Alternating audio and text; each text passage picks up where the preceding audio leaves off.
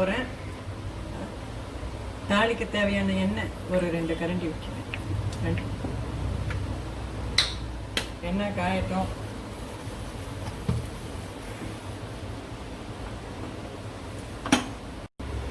எண்ணெய் காஞ்சிச்சு. தாளிக்க கடுகு, உளுத்தம்பருப்பு, 1 டேபிள் ஸ்பூன் பயத்தம்பருப்பு,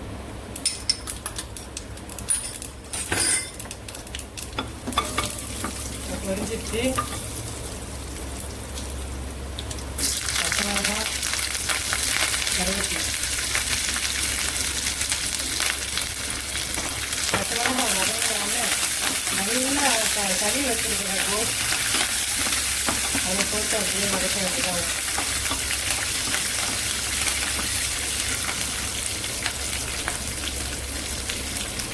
பச்சை மிளகாய் வதங்கிச்சு. நல்லா கழுவி வச்ச கோஸ்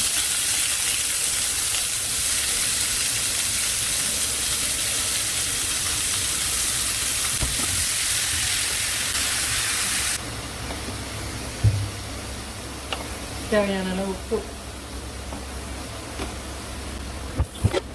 நல்லா வதங்கட்டும். வதங்கின அப்புறம்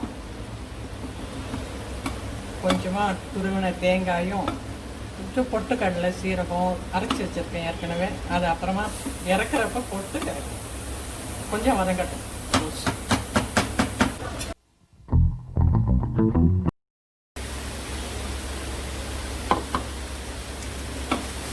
கோஸ் நல்லா வதங்கிச்சு. மேலே கொஞ்சமாக தேங்காய் பூ துருவினது தூவிட்டு இந்த பொடியில் பொட்டுக்கடலை ஒரு கால் டீஸ்பூன் சீரகம், 1/4 டீஸ்பூன் பெருங்காயம் எல்லாம் போட்டு அரைச்சி வச்சுருக்கேன். அந்த பவுடரையும் ஊற்றினா கொஞ்சம் பொழும் நல்லா இருக்கும். அதுக்காக அது போட்டு தூவி இறக்கிற வேண்டியதான். முட்டைக்கோஸ் பொரியல் ரெடி.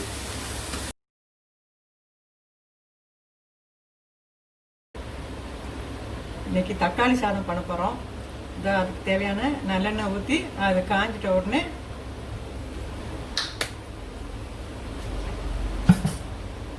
இந்த 1/4 டீஸ்பூன் பெருங்காயத்தூள்,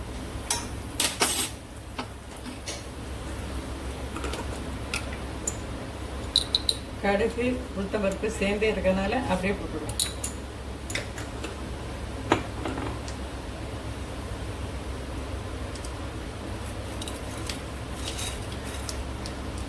கடுகு பொரிஞ்சிடுச்சு. இதில் கடலைப்பருப்பும் கருவேப்பிலையும்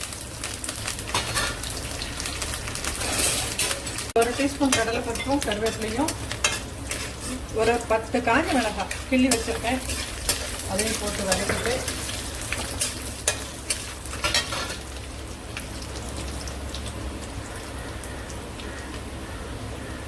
காஞ்ச மிளகாய் பொரிஞ்சிச்சு. இந்த 2 வெங்காயம், பெரிய வெங்காயம், அதை நல்லா வெங்காயம் நல்லா வதங்கிடுச்சு.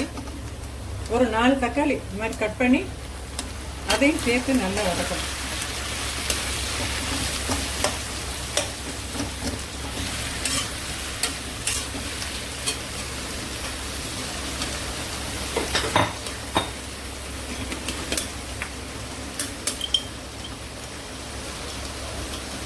ஒரு 1/2 டீஸ்பூன் மஞ்சள்தூள், தேவையான அளவு உப்பு,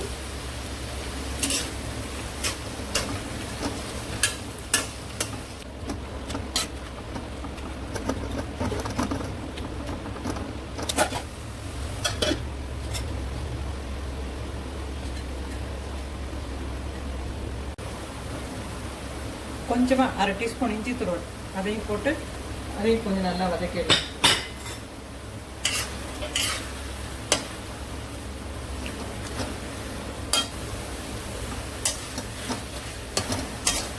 நல்லா வதங்கிடுச்சு. கொஞ்சம் ஆறின உடனே ஒரு 1/2 லெமனை பிழிஞ்சு வச்சுருக்கேன். அப்புறமா ஊற்றலாம். இதை கொஞ்சம் ஆறட்டும். ஆஃப் பண்ணிட்டேன் ஸ்டவ்வை. ஆறின உடனே லெமனை பிழிஞ்சு சாதம் போட்டுருக்கேன். கொஞ்சம் ஆறின உடனே இந்த 1/2 லெமன் கொஞ்சம் பிழிஞ்சு போட்டிருக்கேன். இது கொஞ்சம் நேரம் திருப்பியும் ஆறின உடனே சாதம் போட்டு கிளறிடும். அதில் 2 டீஸ்பூன் நெய் போட்டுட்டு